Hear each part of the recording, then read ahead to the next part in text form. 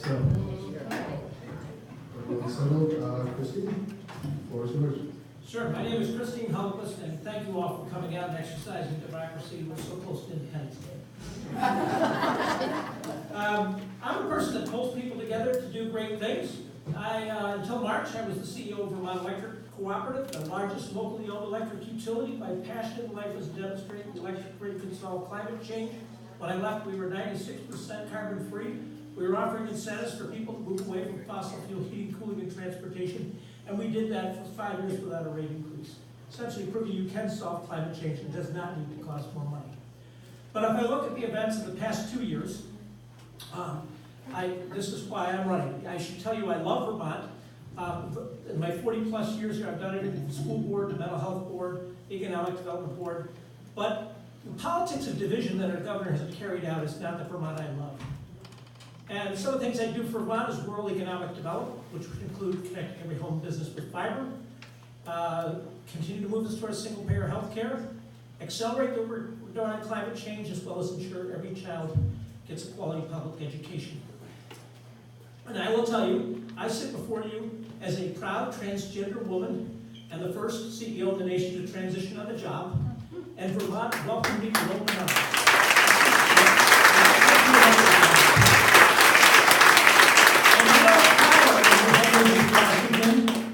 And I will stand up for the Vermont that I love, that has loved me in return.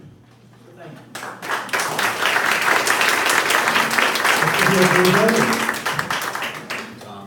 Thank you, Rights and Democracy, and I also want to give special thanks to the indomitable Nina Turner, the soaring spirit that she is.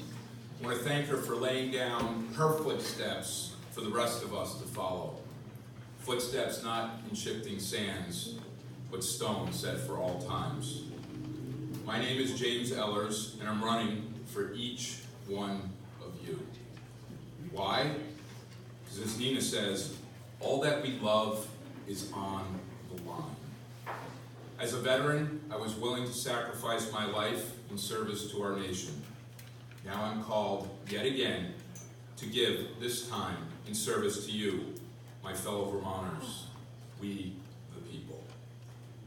And just as we need to make good on the promise of America for all our children, all our brothers and sisters, I am called to make good on the promise of Vermont, to live in freedom and unity. Free to be our unique, authentic selves, worthy of love, free to achieve our highest potential. Together, not alone. Not pitting nurses against teachers, nor teachers against road crews, nor road crews against first responders. We are all brothers and sisters, and in our solidarity, I see the promise of Vermont. Thank you.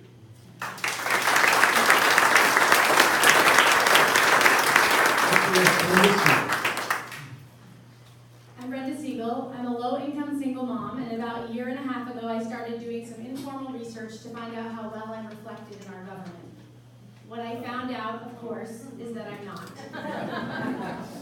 This ran antithetical to what I believe, which is that the only way that we're going to see the changes that we want to see in this state and across the country are when we have all of the voices at the table. What I know from my life experience and my career, I've been running the Southern Vermont Dance Festival, which was designed after Tropical Storm Irene, in which my son and I lost all of our belongings. It is designed as an economic driver for our community. What I know is that wealth does not trickle down, and poverty does trickle up. We need to build our economy from the bottom up. We need to sign good legislation when it is passed. We need to make sure that we are solving the problems that relate to poverty and homelessness, because that is what is going to lift all of us up. We need to move towards 100% renewable energy more quickly. We need to support and promote our education system, and we need to implement the ethnic studies standard and centralized services closer to schools. On March 7th, I decided to run. On March 8th, I got a call that my nephew had died of a heroin overdose. He was the son of my brother, who died 20 years ago of a heroin overdose. I know that the system is failing. did fail him, that we need to focus on harm reduction first, and then treatment, on-demand, recovery, and prevention. And we need to make sure that we have universal health care so that dual diagnosis support is available. What I know is that until we are working on all of these issues, we are not solving any of these issues. And so we need to work together to make sure that we create a Vermont for all of us.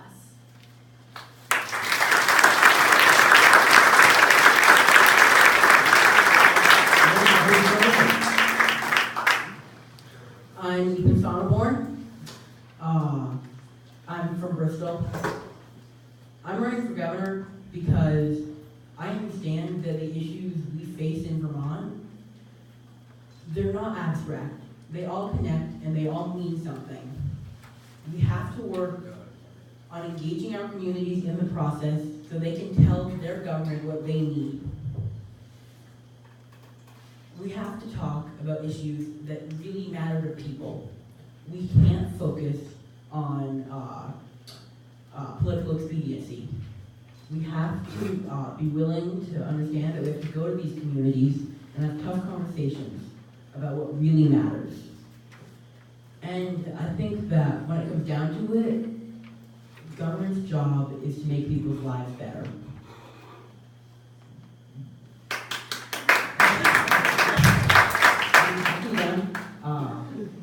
But government should be in the business of making sure that no child goes hungry, making sure that we develop our economy so that it works for everyone. It should go into making sure that people in these rural communities have access to health care. And these are issues that resonate with people from all over the state. And I think, like I said, it comes down to making sure that we make people's lives better instead of making them worse.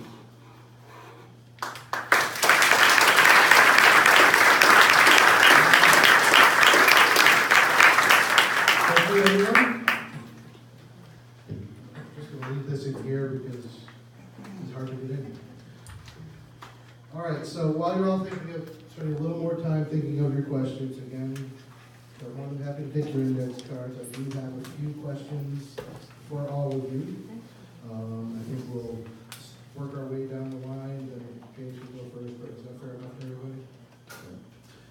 So our first question is on healthcare. So we all know that way back in 2011, our legislature established Green Mountain Care, our universal publicly financed healthcare system. But that still hasn't been implemented. Do you think it should be? And if so, what would you do as governor to get the plan implemented with an equitable financing scheme?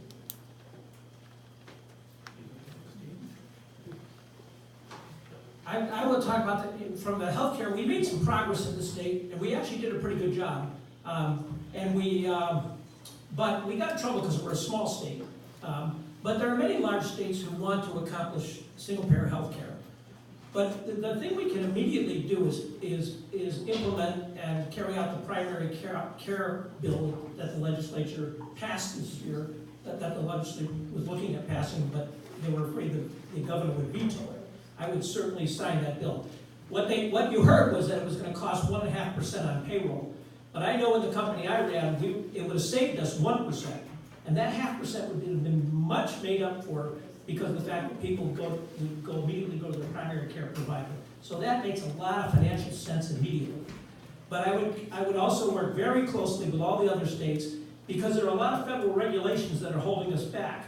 And if you look at the United States, we spend 18 cents of every dollar on health care. European communities spend 9 cents. So obviously, there's a better answer. And we can get our pharmaceuticals for about 40% of cost right across the board. So we do need to form a union with other states. There are many large states, including one called California, which is 1/6 of the world economy, that want to accomplish this goal. So I think we can't wait for Washington to do things anymore because we see what's happening there. That union would not only be for taking care of and moving towards single-payer health care, it would also be to push back on some of these other headwinds from Washington, and specifically things like the immigration issue which Vermont, we could benefit from. We could really benefit from immigrants here as well.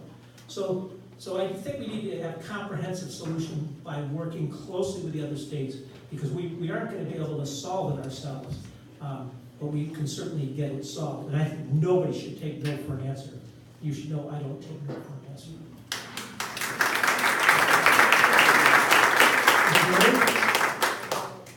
Thank you. First, I want to start with a value, a premise that healthcare is in fact a right. And the fact that we're sitting around discussing whether or not it's something we can afford seems a bit absurd. People die when they don't get access to health care. So the question isn't, can we afford it? The question is, how are we going to pay for it? And the universal primary care bill, I have a slightly different perception than Christine. That was a study to study the idea of putting in place universal primary care. I would have encouraged working with the legislature and working with the delegation, if necessary, because there are some very complex issues around the prescription drugs, VA benefits, that sort of thing. We could pass it. We could pass it right now. We could have universal health care. So that's up to the folks here in this room. I'm willing to do it. We can pay for it. It was a shift basically from insurance premiums to payroll taxes. The message just was not delivered properly. Folks weren't educated. There was a loss of trust in the administration. And first and foremost, a leader has to have the trust of the people on whose behalf they're working. So I think we can have universal health care sooner rather than later, perhaps even next session, if folks like yourself get out and demand it. We certainly will have a partner in the governor's office.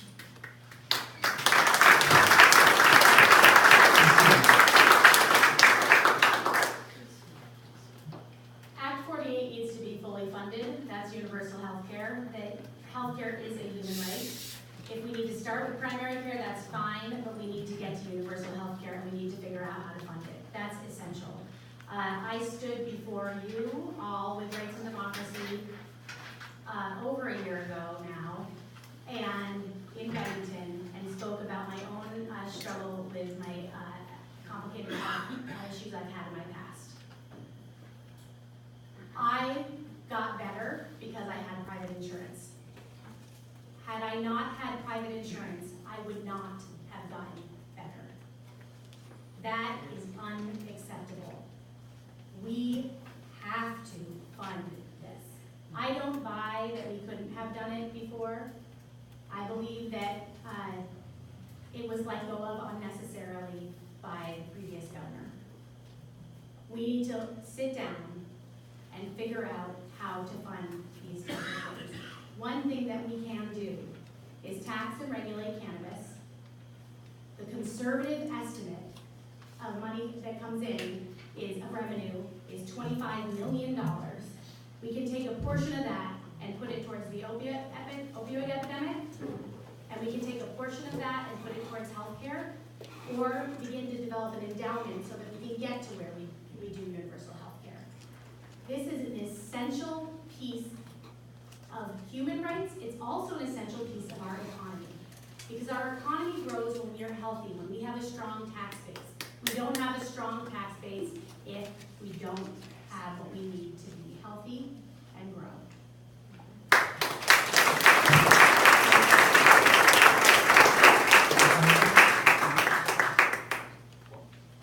I think the most important thing we can do is understand that nothing is going to happen unless the next governor goes to Montpelier and they start a dialogue with the legislature. I support universal health care, and if I'm your governor, on day one, I'm going to sit down with leaders of both parties in the legislature and talk about how we can get it done. We have to prioritize people who aren't in Montpelier advocating for themselves, because they can't, because they're in whatever situation. They're working 3 jobs, or more related to the issue, they have a chronic pain condition that severely constricts their ability to travel.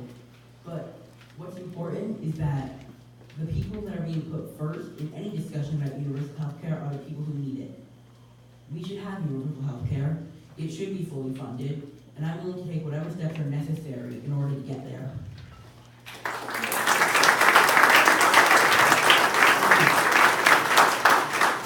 The next question is on workplace security. Vermont is certainly not immune to the problems of workplace discrimination, harassment, and abuse of power, which drastically affect the ability of victims to earn a living. What priority do you give these problems? Sexual harassment, racial and gender discrimination, rape, theft, etc. And what ideas do you have to prevent them? Thank you.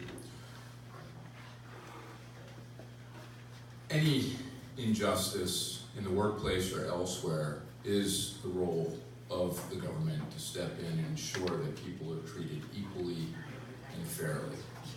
With the Department of Labor routinely being an appointee that serves corporate interest, I'm not really sure that we're ever going to see these complaints that are taken seriously until we have a labor commissioner who understands and is party to organized labor. Unions are what help with this. And we currently have a governor who sees unions as a problem rather than a solution. So a governor can't solve everything by himself or herself, but with support for organized labor, with prioritizing the kind of people we put in office, knowing that the government is there to serve the people, not special interests, certainly not corporate interests, because that's where the pushback always comes from. PTSD, workman's comp bill, which I helped pass, the insurance industry was the one that fought against that, and the Governor Scott administration had their back. We prevailed anyway because the people demanded it. So, again, it's about values, people first. We can solve all these issues together.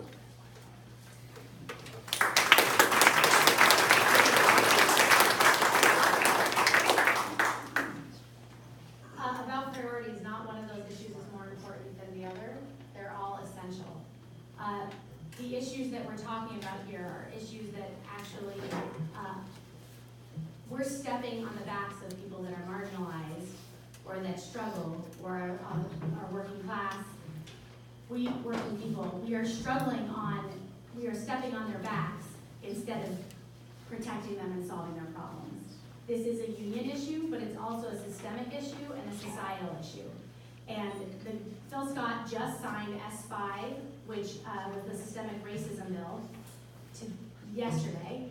And S280, which was basically essentially the same bill, he did not sign and had put in an executive order in that weakened the language quite a lot. So now S5 has been signed. We can get to work on starting to explore and fix the issue of systemic racism in our state. But all of these issues are happening for the same reason. They're happening because we do not value allowing other people, different voices to come up through the system and fulfill the American promise. Yes. This is across the country. I have experienced that in my life as a low-income single mom. The headbutting of I'm supposed to be with my son all the time and I'm supposed to work 5 jobs to make sure that we have everything we need, and how dare I ever ask for help. We need to begin to look at these issues differently. We need to begin to look at these issues so that when everybody is lifted, when we are lifting from the bottom, we are making sure that we have a healthier society, a healthier economy, healthier and safer workplaces. It is not enough to attack this from one place. We have to attack it from all of the different issues.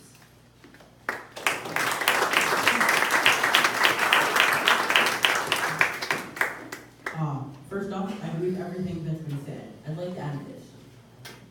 What we have is unfortunately a culture where we assume that if you're a successful person, then at least some part of you has to be morally righteous. That's a flawed culture. What we have to do is we have to recognize that when it comes to discrimination and harassment, that these victims, they're not the enemy. The enemy is the perpetrator. And what I think is the most unfortunate is that while some of these happen with, some of these complaints occur with people who do not work within the workplace. Some of them are patrons at commercial areas or clients of companies. A lot of them happen from within. And that is appalling. I think that we have to take action, and I think that the legislature took some good first steps with creating a select committee, but that's not where we end. We have to keep going on this issue, and we have to keep recognizing that the victims here are actually the victims, and we can't let anybody who discriminates or harasses in the workplace victimize themselves.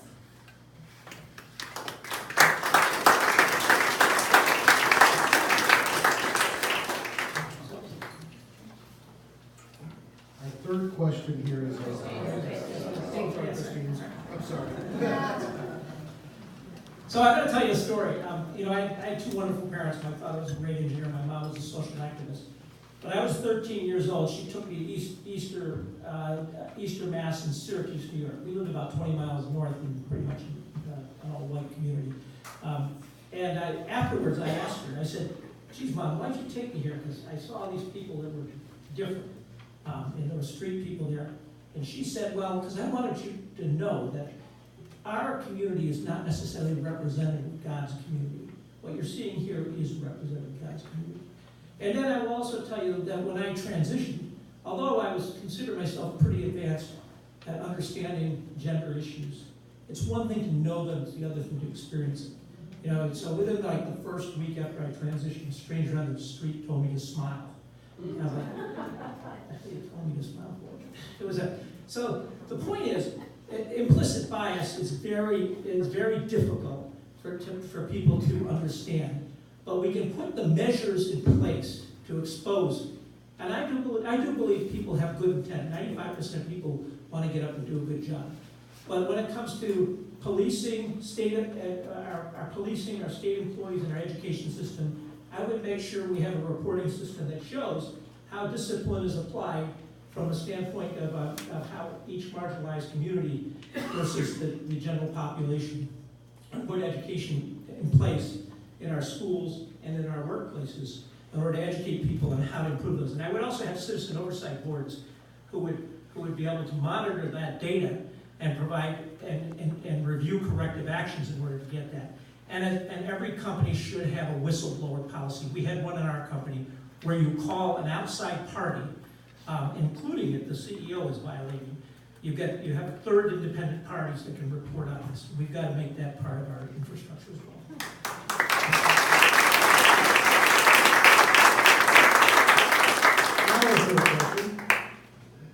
The problem of lead in our drinking water and ancient water pipes hasn't made the newsflash that the problem of local pollution by PFOA did. But both, along with other toxins, are a true danger to the health of our communities. How big a priority would these dangers be to your administration? This year, when the toxics bill was vetoed and bills that would help clean our drinking water were vetoed, I thought that was about as irresponsible and telling as you could possibly see from those facts. We need to do everything we can to make sure that people have clean drinking water. When we talk about it, we talk about Flint, Michigan, which, by the way, still does not have clean drinking water. But we need to talk about it in Vermont as well. It's a really big issue when a child gets lead poisoning. I didn't know I was going to have another personal story to tell, but my son got very severe lead poisoning when he was young. And it's a really big issue. what they have to go through to chelate it out of their body is a big deal. These are our children. We are poisoning our children. Shouldn't even be a question we're having to ask today. This should be something that it is a top priority to get lead out of our drinking water. It is a top priority to clean our lakes and rivers.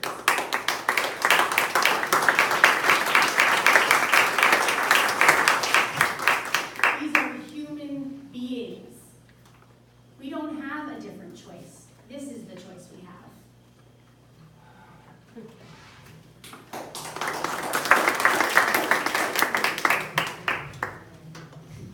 So, I think that the toxic bill that the governor vetoed was about as common sense as you could get. It should not be a partisan issue whether or not our water is polluted. It shouldn't be an issue that we take positions on based on who supports what in the legislature. It is immoral to put politics ahead of families whose water is being contaminated. That's it. It's immoral. It is, I think, one of the most, I think we're going to look back on this governor, and I think this is one of the things we're going to be most disappointed in. The fact that he couldn't put politics aside and protect families.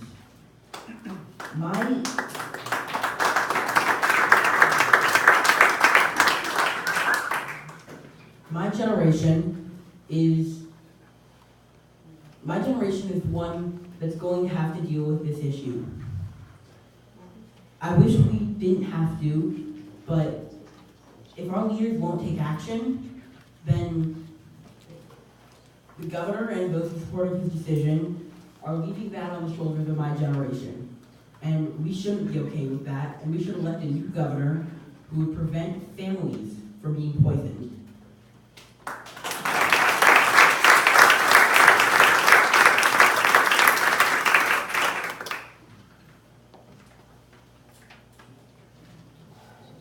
So I would definitely get that toxic bill signed immediately as soon as I became governor.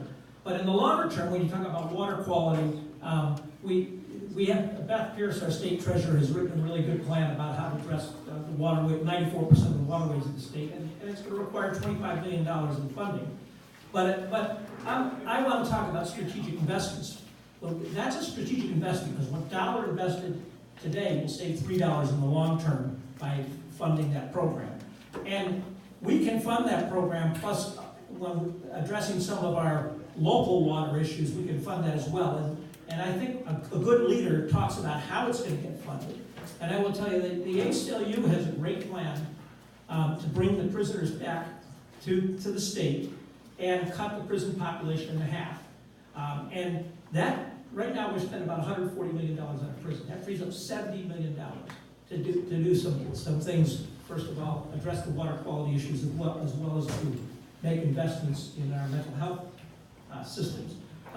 So we can fund the water quality, the water cleanup. We must fund the water cleanup. But I also, in that toxic bill, was talking about regular testing and reporting, and that is critical to have. If you can't say you don't know, you've got to know.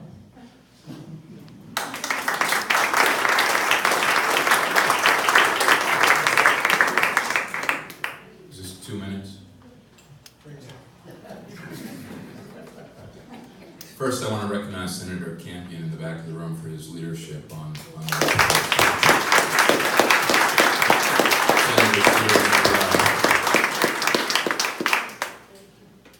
I've spent about 20 years in the public policy arena of water, public health. So this is an issue, that's why I need to clarify with our friend Tom about how long you wanted me to talk about this. So, bad pun intended, we'll boil it down. I'm horrified that some of you here are impacted personally by what was totally preventable. The concerning part for me is that there's 85,000 unregulated chemicals in the U.S. marketplace. 85,000. The governor knows that. We test for 70 to 80, depending on the type of water supply that it is. So when the question becomes, how do we pay for it, given you can't disconnect the water cycle from the life cycle, is the polluter pays. It is that simple. The taxpayer should not be cleaning up after corporations that have profited off the exploitation of local communities and their natural resources. That's the first place. The second place is we need to invest in community infrastructure, and the affluent here who enjoy the highest quality of life are not paying the same share of taxes that we are. I will ask them to make those investments in our local communities because it's just a fair thing to do. If anyone would like to talk about water and how it runs through all of our lives, I'd be happy to do that at length afterwards.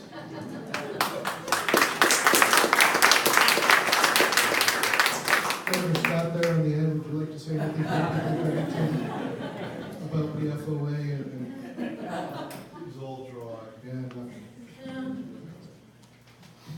one more question, then we'll get to the audience. There have been a number of proposals to entice businesses to move into Vermont. What strategies would you employ to encourage businesses in Vermont, and why would these work when past efforts have failed? So I've laid out a plan on economic development, and a big part of it is it's important that rural communities, there are a lot of untapped markets in Vermont. And these rural communities, they could use new income, they could use revenue. And I think that with the right strategy, with the right ideas on how we make Vermont a more economically friendly place for businesses to come, then I think that's how we get there. It's how we create jobs in those rural communities. And I think another part of it is recognizing that there are places where we already have a lot of business, but where those businesses don't always live up to what should be Vermont's social contract. I think what we need to do is not just encourage businesses to come here, we need to encourage good business to come here. And I think that when it comes down to it, we have to be willing to say that I'm gonna use this doesn't, I don't know how to phrase this. This is the way I'm gonna use the Republican talking point, but I don't support the same strategies as the people usually using the Republican talking point we use. I think that Vermont needs to be open for business. And I think the way we get there is by making sure that sustainable business wants to come into sustainable communities.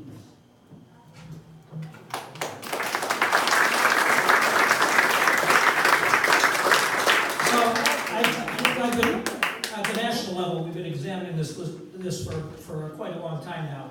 I've spent 10 years on the Strategy and Technical Advisory Committee for the National Rural Electric Cooperative Association, which oversees the electric distribution to all of rural America, which is 56% of land mass. The problems we're seeing here in Vermont are the same problems we're seeing in rural America. We're seeing flights to the city and increasing rates of rural poverty. We saw the same thing in the 30s when the cities had electricity and rural America did not. Today it's the digital divide. And if you look at economic development, it's about water, sewer, roads, electricity, and fiber optic cable. You've got to connect, I would connect every home and business with fiber optic cable so rural Vermonters could be connected at the same speed as New York and Tokyo. And build those economic plans around that, because that's the right size business in Vermont. If you see what Vermont is, we're not going to attract energy intensive businesses. First of all, we don't want them, and New England has some of the highest energy rates in the nation anyway. Second, we aren't going to use our tax money to compete. So we've got to grow our entrepreneurial businesses. And a couple weeks ago, I met with a whole bunch of 20-something software engineers that moved to Vermont, and they had to live in Colchester, but they'd love to live in rural Vermont. But they said we can't get connected. So that's a basic infrastructure, and we've carried that out in parts of the country a third the density of Vermont. So we've carried it out successfully and successfully changed those demographics. You're hearing this demographic issue as something that's a given. It doesn't need to be a given. We can change it. We've changed it before. And also, part of that would also be revitalizing the downtowns. A good friend of mine, Liz Gamash, she was the mayor of St. Albans, did a great job revitalizing that town, using tax increment financing districts, which are, as well as strong support from the government. And same thing's going on in Springfield, and having vibrant downtowns is key as part of that as well.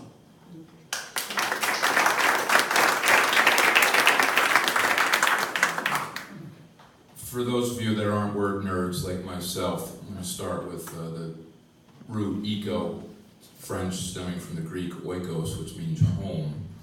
An economy being management of the home. And so for me, economic development isn't so much about what we need to do to attract business as it is what we need to do to take care of our home, and the businesses will then come. An economic development plan is one that invests in people, invest in healthcare, invest in infrastructure, and then the businesses will come. There's a lot of politicians right now who will promise economic growth. Either they're ignorant to the fact or they're choosing not to consider it. That for 200 of the 251 communities in this state, according to the Agency of Commerce and Community Development, insufficient water and wastewater infrastructure impedes economic development.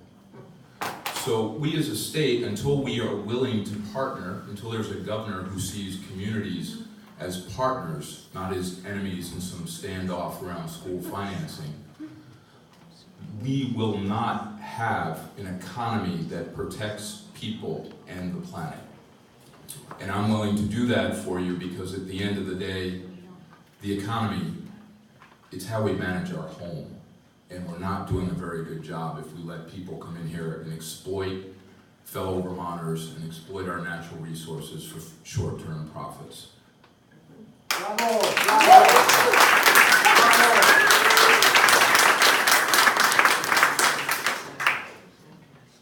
So, we have to build our economy from the bottom up. We have to, like I said in the beginning, we have to implement some of the policies that passed this year and were vetoed, like paid family medical leave, raising the minimum wage. Our state is not attractive to families and to businesses in part because families can't survive here. So we have to make sure that the policies that we implement are policies that help families survive. And then the economic growth is not about what businesses we attract. It's about utilizing the resources that already exist in our state and connect, like in my community, the arts, farms, recreation, and connecting them to businesses and government and making sure that it's all working together to lift all of us. That's how we grow the economy. That's what I've learned in running the dance festival, which again is an economic driver for the community. What I've learned is that when we make sure that we're connecting utilizing and connecting the different resources that already exist in our state, then we will grow our economy. We also need to move to 100% renewable energy as quickly as possible, and that will attract people to our state, that will create jobs, and it is what we need to do for the environment. So this is not just a moral imperative, not just an environmental imperative, but it's also an economic imperative. To grow our economy, we're going to have to let go of the stigma that's attached to the problems we aren't solving so that we can solve them and have a strong economy.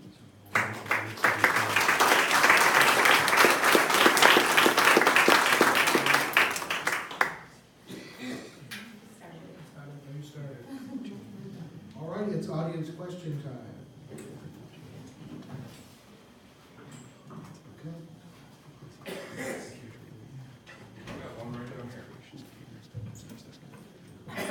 Work my way over. I'll work my way to you, I promise. This is a two-part question. Sunday is the end of prohibition. Are you going to Johnson? And second is, what policies are you going to pursue to see that all Vermonters benefit economically and health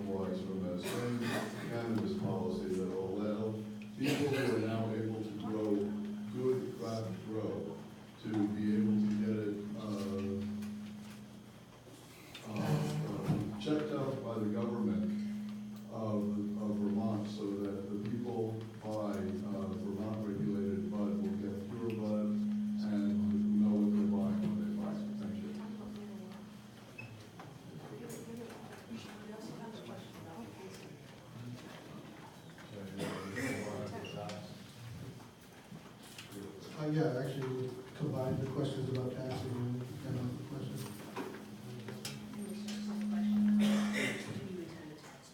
Okay, and the question was also, would you intend to tax cannabis? So I will tell you, we're in the worst place right now in terms of cannabis, because we really need to move to tax and regulate as quickly as possible. And I'll tell you why. You know, I spent the afternoon with Grace Keller at the Howard Safe Recovery Clinic a couple weeks ago, which is the needle exchange clinic in Burlington, which has been very successful, by the way. But she told me we have marijuana coming into our state that's cut with fentanyl right now. So we really need to get to your point, which is really get to the point where we know where our product comes from. And I see this as another great opportunity for the state of Vermont. If you look at our success, one of the areas we've grown our jobs in is in the Farm to Plate initiative. So, and if you look at the Vermont brand, and I'll go back to when I talk about tying it back with the fiber optics. You know, we've been very successful in our marketing of maple. You know, and you look at marijuana, it's got the same potential. Now we're not going to necessarily be marketing it to other states, but we could as time goes on. But the idea is you want to know where it comes from. It's an agricultural product, and knowing what it's been grown, what conditions it's been grown under, you want your product to be safe. And that includes grown organically. You know, each farm can have their own brand, and you'll build reliability on that brand. Of course, we want to make that a local product. And it follows with the rest of the things we do in Vermont. Vermont is a great brand. I'd love to see it on our marijuana as well.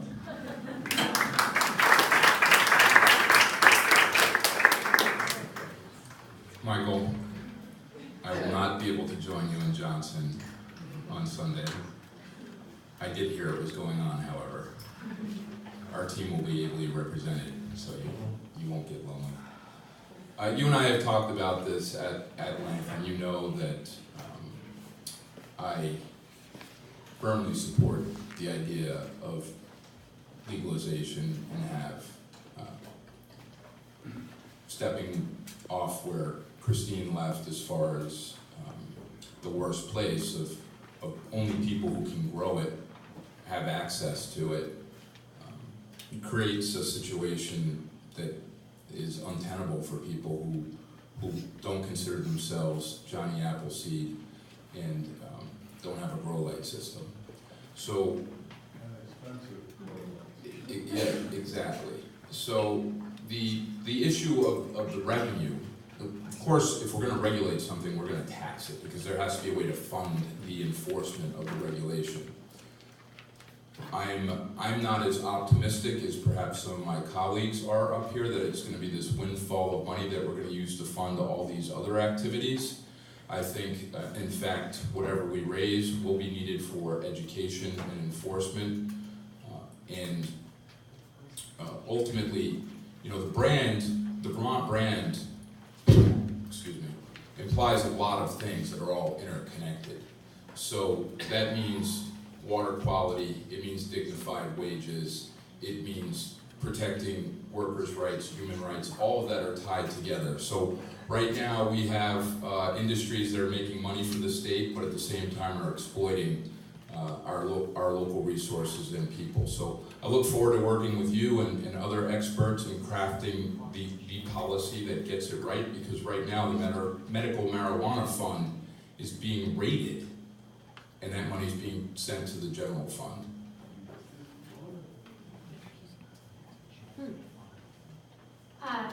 As I said, I strongly support a tax and regulate system for cannabis. And again, the conservative estimate for the amount of money that comes in is $25 million. And that's just from the tax and regulate, not from tourism, not from sales in stores and restaurants. That is the conservative estimate. So what I see is that tax and regulation of cannabis is a ball rolling down the hill. We have a choice to wait till it gets down the bottom of the hill and say, oops, I forgot to get the money, or to catch it while it's going down and make sure that we can make a craft industry like we have made of craft beer in this state, and build a strong, have to be part of our economic development plan. This is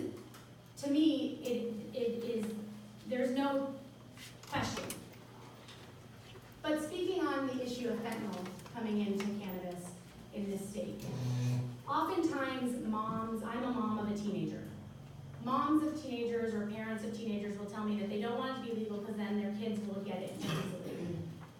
My first message is that your kids know how to get it. So you're not protecting them. Nope. And when we tax and regulate something, we also comes with research and education. We get to properly educate our kids about what they are consuming. Yep.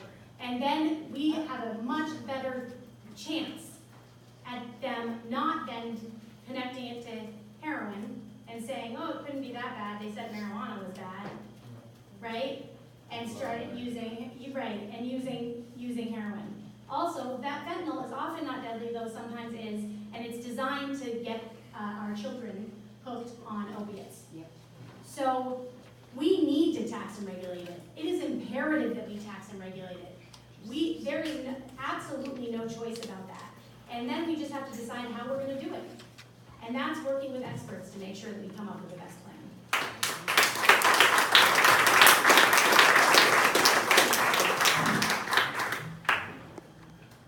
I agree with Brenda. We have to tax and regulate. Having legalized cannabis, it doesn't make sense if we're not taxing and regulating. It is a common sense, logical next step in the legalization of cannabis to tax and regulate. It comes down to a very simple issue for me. If we're gonna have legal cannabis, why shouldn't we make the best of that? I support the legalization of cannabis, but if we're gonna have legal cannabis, then we should exploit every possible benefit. And tax and regulate is one of those benefits. And I think it is very, very, very important that we tax and regulate marijuana because it makes it safer and it just makes more fiscal sense.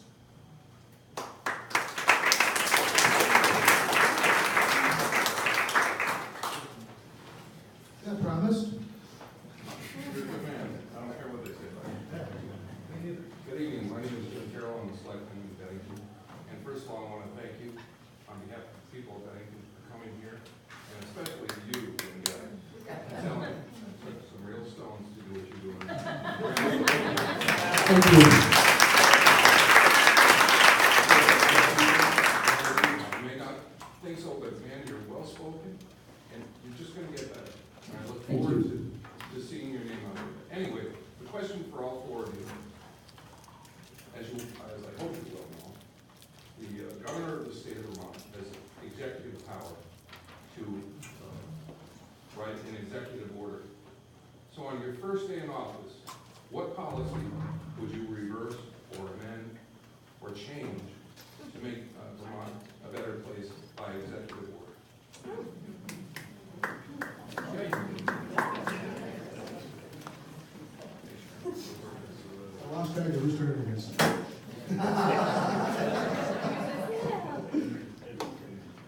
Everyone seems to agree with you. There's a lot of things I'm gonna do. I don't know if I can fit them all on one sheet of executive order. First, Representative Kyle Morris, congratulations on S5. Just saw you a little while ago.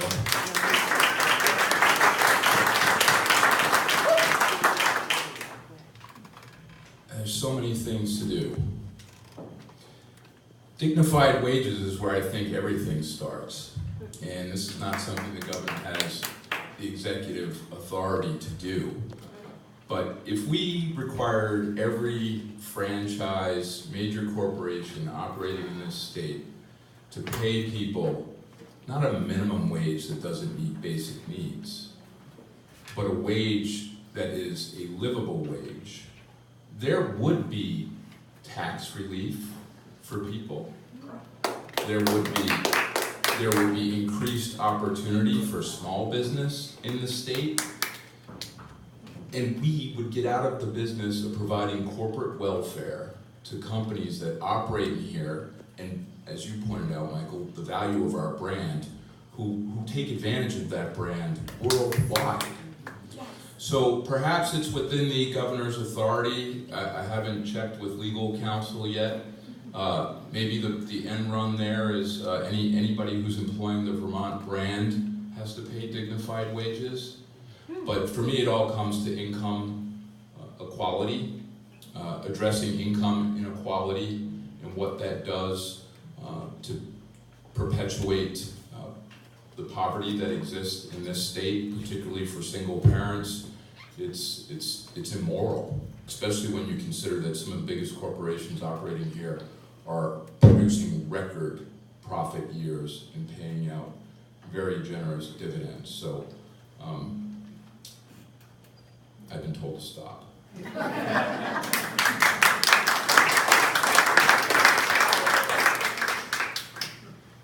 So, I don't think it's the governor's job to make executive orders if they can avoid it. What we're seeing right now is that Phil Scott won't negotiate really with anyone. He won't negotiate with the legislature. He just kept them there an extra month. It was absurd for no real reason. And then using bullying tactics to get them to do what he wants, right? What we see is him not negotiating with the teachers' unions, putting them through quite a lot in the last 2 years. What we see is him not negotiating with the Vermont State Employees Association. That's not what we want in a governor. We want a governor that works with the legislature, that works with all of you to implement policies that everyone, not everyone agrees on, but is the best policies that we can come out with. Leadership and vision require me or whoever is fortunate enough to be the next governor to say, this is what I want to happen, this is what I expect to happen, this is why, and I've surrounded myself with experts in these fields, experts, not political ideologues, as Phil Scott has, and we are all going to work together to implement a vision that either looks like this, or you'll convince me that I'm wrong, and that there's a better vision or a better way to go about this. Because leadership means the ability to know that maybe you don't know everything, or maybe you're wrong.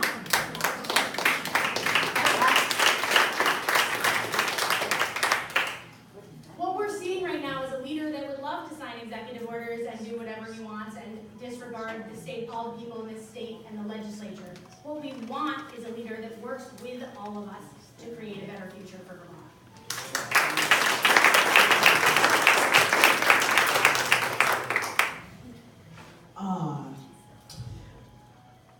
I'm not completely clear on the question. I thought I was, and then when James answered, made me rethink my clarity.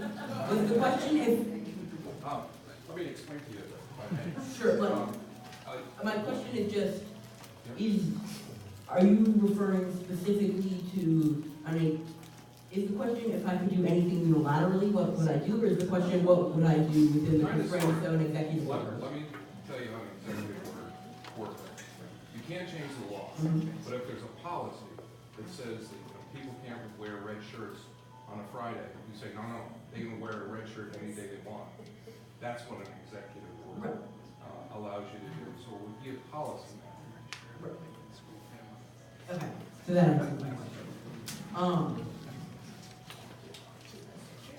So I do think that, like I said, on the issues of universal health care, what I would do on day one is open a dialogue with the legislature. If I can avoid making executive orders, I would absolutely love to. And I think that being willing to negotiate, that's the hallmark of a good lawmaker. So, and the other part is, I don't know what the issues we're facing are gonna be come January 2019. I imagine we'll have many similar issues, but I think there are a lot of things, and I don't know if I could find one that would be my very first executive order, but I would like to avoid executive orders if at all possible.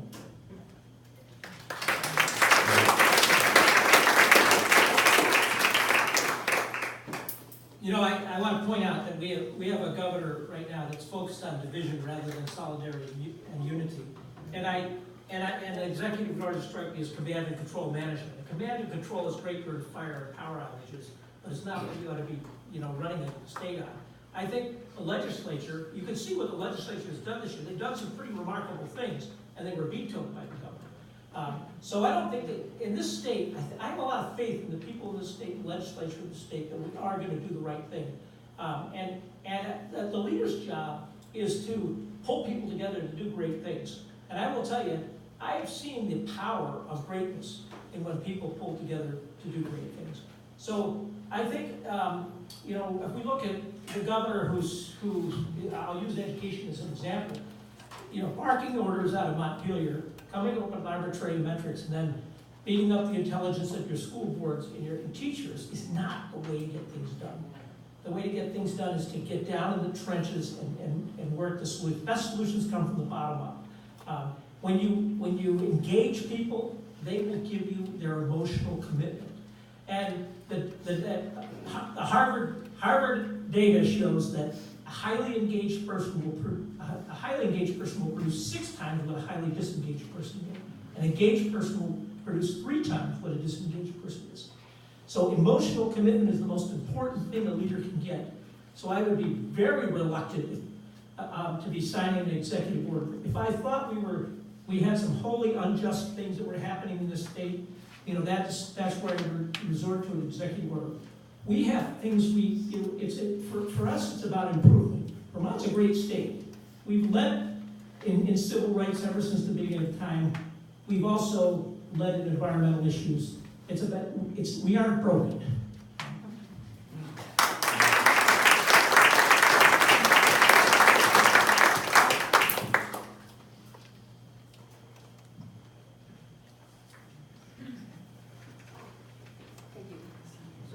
Thank you. This is building on the notion of Vermont brand. So Vermont is associated with a kind of agriculture that's very bucolic and in tune with nature.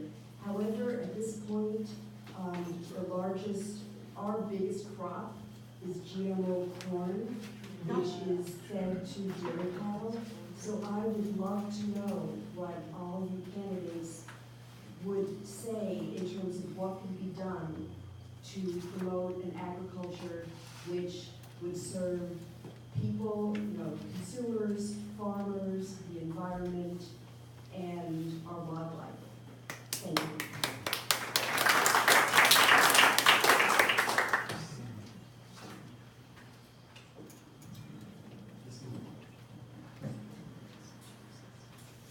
So I plan to meet with farms in the next couple of weeks, being that I'm not a farmer. And I want to learn more about what they need in order to have a strong growth. I don't want to sit in front of you today and say that I know what is needed, but I do know that in one conversation that I had with a young woman who makes cheese, that there are some regulations that are designed for big farmers like Cabot, and which we all love, right? That they can't meet and therefore can't make things like single source ricotta cheese. And I think one thing that we need to do is look at the necessity. If that's a necessary regulation, then we need to keep it. But we need to look at the necessity of some of the regulations and make sure that we're not just bowing to larger businesses, but that what we have in place is what's needed. Also, back to the cannabis issue, some of our small farms will flourish because we are for a tax and regulate system for cannabis. So this is a win-win for farmers as well. And so we want to make sure that's a way for people to keep their land that may, in some cases, have been in their family for generations, and make sure that we're really building. But for me to have a plan, I would really want to sit down with a variety of farms and make sure that I'm, again, as not a farmer, make sure that I'm making the best plan to grow, to help them grow.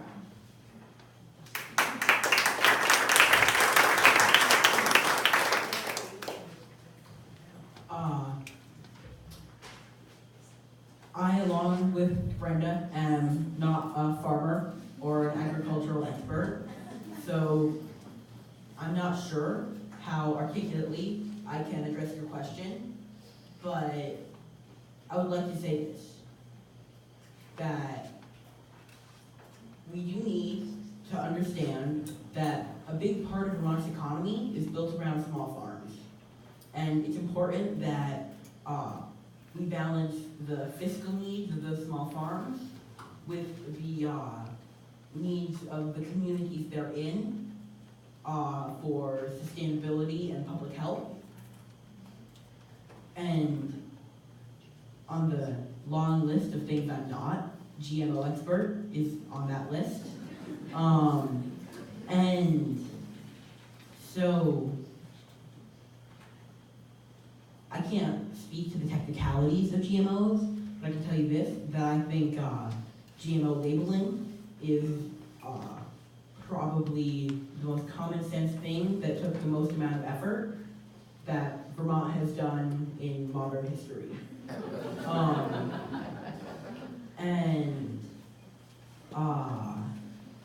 So I think we have to recognize that a lot of these big farms, we need to hold them to a level of accountability when it comes to how sustainably they're sourcing their products.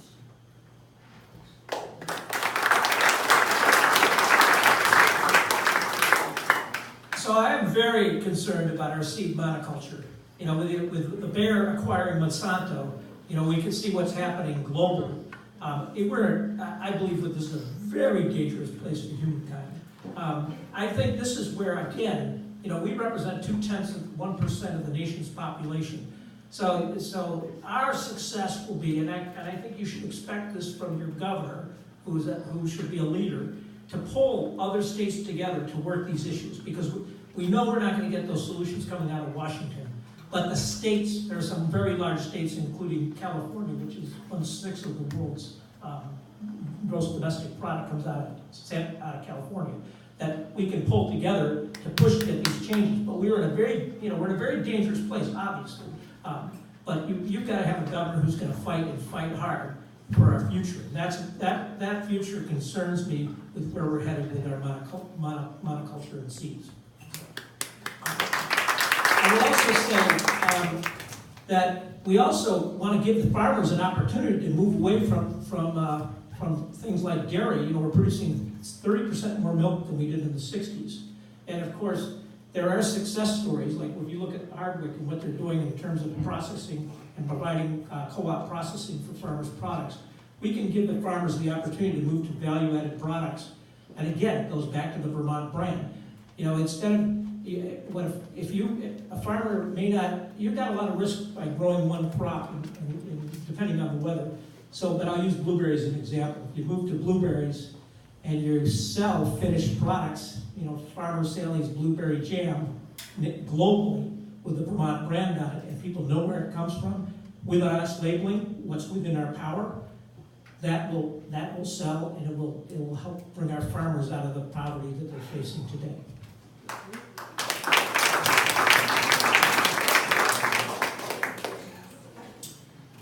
I actually have worked on farms, a few over the years.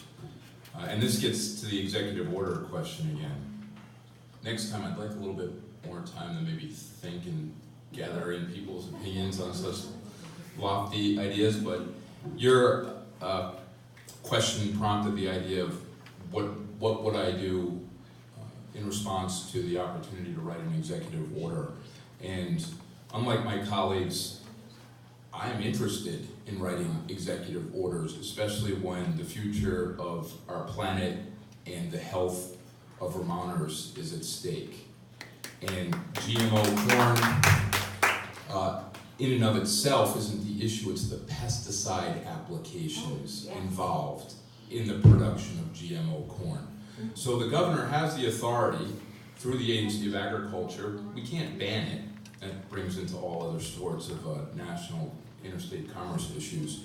We can tightly regulate and restrict how it gets used. Would that hurt family farms?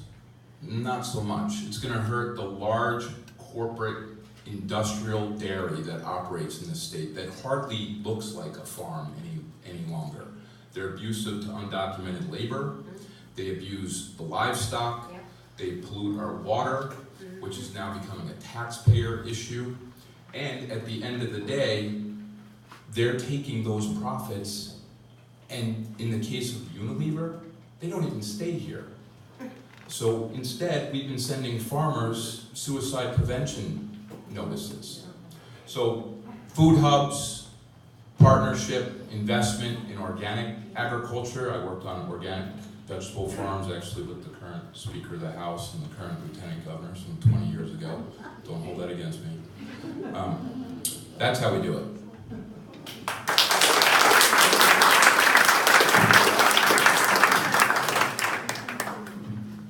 If folks don't mind if we run slightly over, we'll take one more. I think most of us will stay and hang around too and answer questions. Hi, my name is Liz Coleman. My question is, part of the Vermont brand, it seems to me, is a state that stands for a kind of progressive leadership, decency, enlightened way of seeing this nation. This is a time when, for many of us, issues of what is going on in our nation are of immense concern. Understandably, the questions tonight are focused on the state of Vermont. My question to you is, to what extent is your candidacy impelled by or affected by the nature of what's going on in the nation as a whole, and how do you see the role of the leader of the state in addressing its challenges, the role of states now being particularly critical in the face of the devastation at the federal level?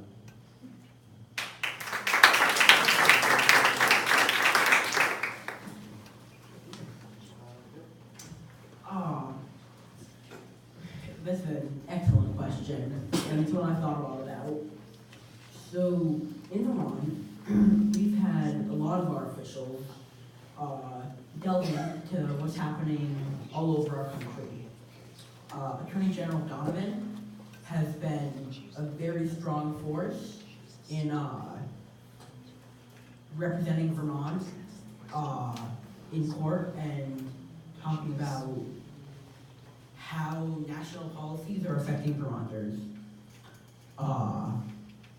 And now that I think about it, it's been quite a while since we've had a governor and president of different parties, but I think that the next governor should be willing to speak out when a national policy is going to be harming Vermonters. It's our responsibility to stand up for the people who elected us. And I think that if we're not standing up for the people who elected us, then we're in this for the wrong reasons. And if, even if something miraculous happens and the president becomes a popular political figure, if I think he's wrong and I'm governor, I'm going to speak out and I'm going to say this is wrong for Vermont.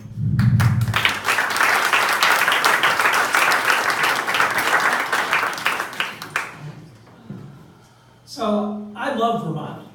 In my 42 plus years here, I've done everything. I've always been involved with civic duties, whether school board, mental health board, economic development board. I've been town moderator for the past 5 years. My passion in life was not necessarily to be governor. My passion in life was to solve climate change. And that's what I dedicated my life toward.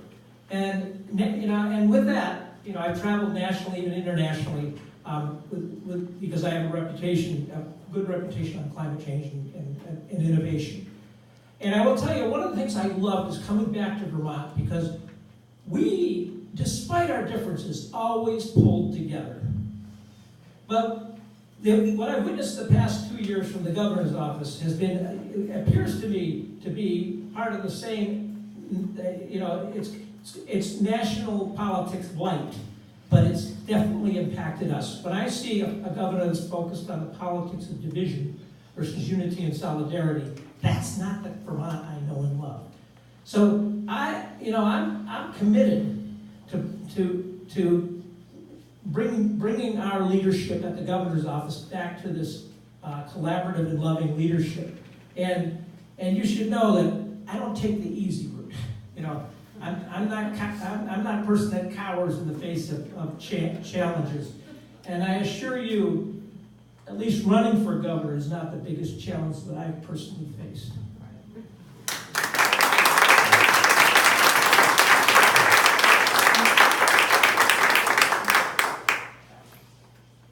That Vermont brand, it is about decency. It's about caring for one another at the end of the day. I think that's what we do here better than anywhere else.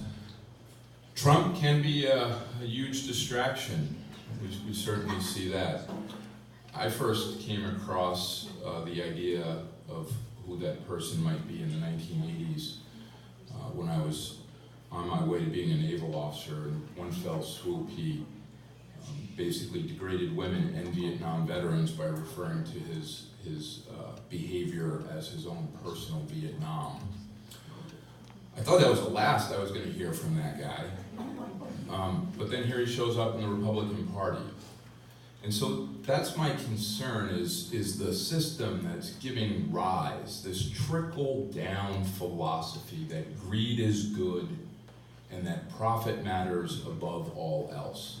And I think that's what we've done here and we've done differently, is we've put the needs of our neighbors ahead of our own comfort at times.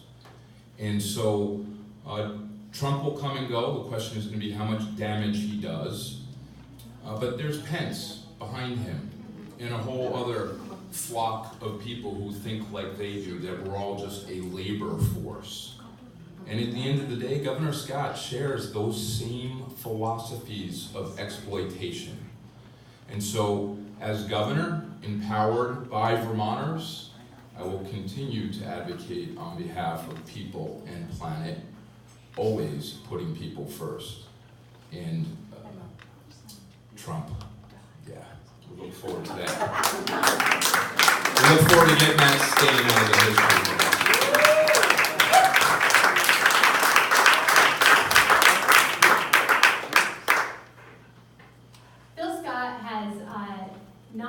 I remember sitting in my car outside the Putney Co-op. I live in Newfane, for those of you that don't know, near Brattleboro. And sitting in my car and listening to him talk about how he would stand up to the Trump administration right after he got elected. He has not stood up. I have stood at press conferences, I have testified, I have talked about it over and over and over again and demanded he stand up, along with many of you. He has not stood up. And most recently, he put out a statement, but again, children are being separated from their parents at the southern border, and we live in a border state. And he did not stand up and speak strongly against that. That is Phil Scott. What we need is a governor that will not back down, that will stand up every time they see something like this and say it is unacceptable. We know that all of us have to fight right now, right? We have to work for progress in our state to make change. But all of us have to fight right now. And when there is somebody with a platform who doesn't know how to stand up, we have a problem.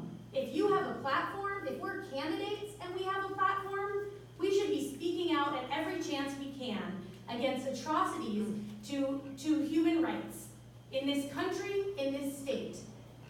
In Brattleboro, a very beloved man, Mamadou, was deported and was threatened to be deported, and he got asylum in Canada. But he separated from his family and his child. Today, a farm worker was arrested and jailed by ICE. In this state. Where is Phil Scott now? This is not how we treat Vermonters, and we all know that, and so we all need to stand up, and if we have a platform and we're not doing it, then we need to go.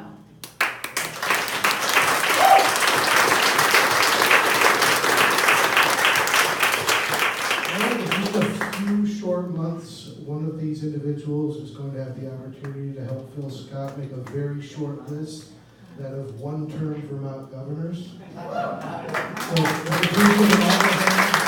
So,